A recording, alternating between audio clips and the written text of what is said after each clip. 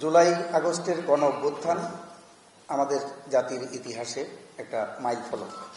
আমাদের সামনে একটা সম্ভাবনার যে দুয়ার সেটা উন্মোচন করেছে। 15ই ফেব্রুয়ারিতে যখন ঐক্যমত্য কমিশনের প্রথম বৈঠকটা মাননীয় প্রধান উপদেষ্টার নেতৃত্বে সেখানে অনুষ্ঠিত হয়, ফরেন অ্যাফেয়ার্স এখানে অনুষ্ঠানে, সেখানে আমরা আমাদের দলের পক্ষ থেকে বলছিলাম যে সংস্কার কমিশনেরগুলোর পক্ষ থেকে যে প্রতিবেদনগুলো প্রকাশ করা হয়েছে, সেই সংস্কার কমিশনে ইতিমধ্যে বিভিন্ন রাজনৈতিক দল তারা তাদের যে সুপারিশ, তাদের প্রস্তাব সেগুলো পেশ করেছিল।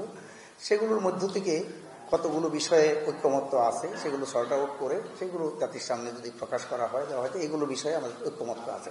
আর বাকি বিষয়ে আংশিক ঐক্যমত বা ভিন্ন মত আছে, সেগুলো নিয়ে আলাপ আলোচনা চলতে পারে, আলোচনা করে একটা জায়গায় পৌঁছানো। সেখানে আমরা বলেছিলাম যে অনেকগুলো বিষয় যে প্রতিবেদনগুলো প্রকাশিত হয়েছে তার সাথে আমরা আমাদের ঐক্যমত্য আছে, সহমত আছে। আবার কিছু কিছু বিষয়ে আমরা ব্যাখ্যা সেগুলো প্রয়োজন আছে বলে মনে করি। আলাপ আলোচনার মধ্যে দিয়ে সেগুলো হয়তো ঐক্যমতে পৌঁছানো যাবে, অথবা কিছুতে ঐক্যমতে পৌঁছানো যাবে না। আর কিছু বিষয় যেগুলো আছে প্রতিবেদনের মধ্যে, সেগুলোর মধ্যে রাজনৈতিক দলগুলোর মধ্যে আমরা বলছিলাম যে এটা খুবই চ্যালেঞ্জিং, সেই বিষয়গুলোতে ঐক্যমত্যে পৌঁছানো খুবই দুরূহ ব্যাপার। সেগুলো বিরোধাত্মক, অনেকটা রাজনৈতিক দলগুলোর মধ্যে পরস্পরের মধ্যে বিরোধাত্মক বিষয়।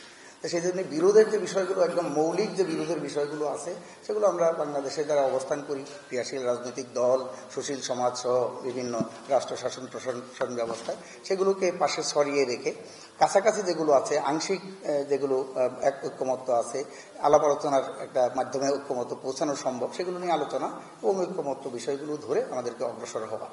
আমরা আজকেও সেটাই মনে করি, যে আমরা মনে করি যে অনেক বিষয় ইতিমধ্যে আলোচনা হয়েছে রাজনৈতিক দলগুলোর মধ্যে। আমরাও যেগুলো দেখেছি, আমরা স্প্রেডশিটে আপনাদের যে বক্তব্য সেটার মতামতটা আমরা দেইনি।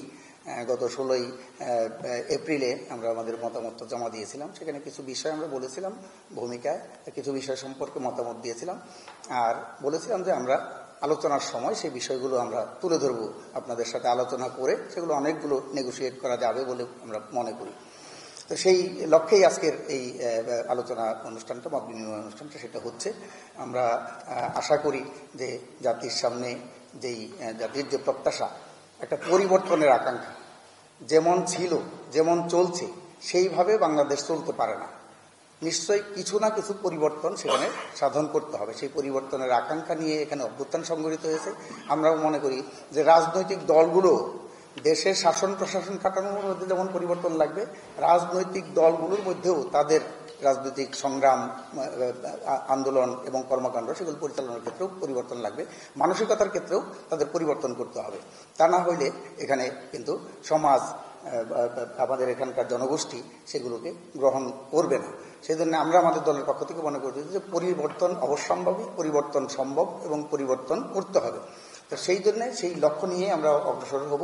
আমরা আশা করব ঐক্যমত্য কমিশনের পক্ষ থেকে যে প্রতিবেদনগুলো দেওয়া হয়েছে এবং আমাদের যে সুপারিশ, সেগুলো নিয়ে পারস্পরিক যে আলোচনা, সেই আলোচনার মধ্য দিয়ে আমরা একটা কনক্লুশনে সেখানে পৌঁছতে পারবো। আমরা খুব অল্প সময়ের মধ্যেই একটা সবার একটা অঙ্গীকার, জাতীয় সনদ বলেন, ন্যাশনাল কনসেনসাস বলেন, সেগুলোর একটা জায়গায় আসতে পারবো।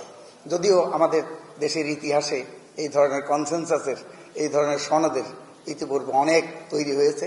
কারণ 1972 সালে মুক্তিযুদ্ধের পরে আমাদের যে সংবিধান প্রণয়নের সুযোগ এসেছিল এবং যেটা প্রণীত হয়েছে, সেই সংবিধান মেনে কিন্তু গত 54 বছরে কেউ দেশ পরিচালনা করেনি।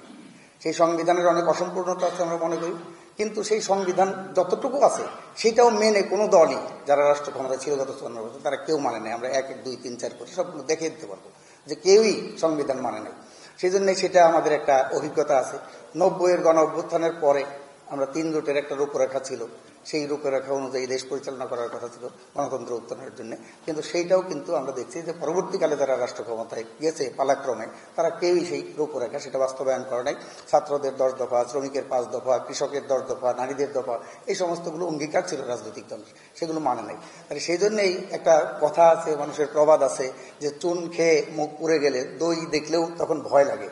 এখন আমাদের এই অঙ্গীকার আমরা যতটুকুই করি না কেন, যদি আমাদের মানসিকতার পরিবর্তন না হয়, আমাদের নীতি কৌশলের যদি পরিবর্তন না হয় এবং দেশপ্রেম, মানুষের প্রতি দায়বদ্ধতা সেটা না থাকলে অঙ্গীকার যতই করি না কেন, লিখে রাখলেও সেটা কতটুকু কার্যকর হবে। একটা জিনিস হবে, এক্সপোজ করা যাবে তাদেরকে যে আমরা অঙ্গীকার করছিলাম, মানি নাই, তোমরা করছিলাম, মানো নাই। সেই জায়গাটার জন্যই আমরা গুরুত্ব দিই যে ঠিক আছে এই ধরনের একটা অঙ্গীকার দরকার। কিন্তু সেই অঙ্গীকারগুলো বাস্তবায়নের জন্য বাইরে গণতান্ত্রিক আন্দোলন, গণতান্ত্রিক চেতনা, মূল্যবোধ সমাজের মধ্যে কতটুকু গড়ে তুলতে পারবো তার উপরে নির্ভর করবে রাজনৈতিক দলগুলো ক্ষমতায় গিয়ে সেই অঙ্গীকারগুলো বাস্তবায়ন করবে কি করবে না। সেজন্য আমরা সেই গণতান্ত্রিক সংগ্রামটার প্রতি সবচেয়ে বেশি গুরুত্ব দিই।